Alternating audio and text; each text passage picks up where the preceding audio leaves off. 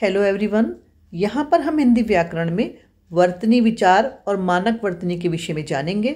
उसके साथ ही वर्तनी अशुद्धि के कारण भी पढ़ेंगे। लिखित भाषा का आधार है उच्चारण। भाषा के मौखिक रूप को लिखित रूप में परिवर्तित करने के नियम को उस भाषा की वर्तनी व्यवस्था कहते हैं। शब्दों में ध्वनियों का जिस क्रम में प्रयोग होता है उसी क्रम में शब्दों को लिखित रूप प्रदान करना शब्दों की वर्तनी कहलाती है। हिंदी भाषा की विशेषता है कि जैसे उसे बोला जाता है वैसे ही लिखा भी जाता है। प्रत्येक भाषा में वर्तनी के नियम बनाए जाते हैं।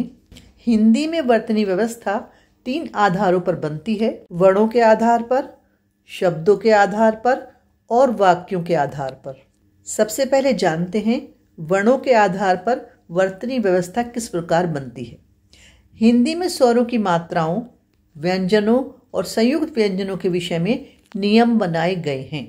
इन नियमों की उचित जानकारी वर्णों संबंधी अशुद्धियों को दूर करने में सहायक होती है। शब्दों के आधार पर वर्तनी व्यवस्था। शब्द वर्णों के मेल से बनते हैं। इनको लिखते समय शिरोरेखा, अनुस्वार और अनुनासिक के नियमों की जानकारी आवश्यक है।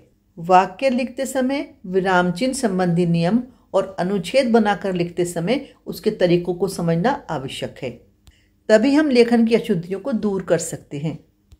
डियर बच्चों, वर्तनी अशुद्धि के कई कारण हो सकते हैं, जैसे उच्चारण की अशुद्धता, क्षेत्रीय प्रभाव, मानक रूप की जानकारी न होना, व्याकरण की सही जानकारी न होना और लेखन के समय असावधानी बरतना।